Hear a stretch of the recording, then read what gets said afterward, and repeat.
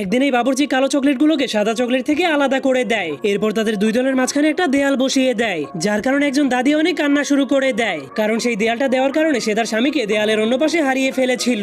এজন্য তার নাতি তাকে ওয়াদা করে, আমি এই দেয়ালটাকে আজকেই ভেঙে ফেলবো।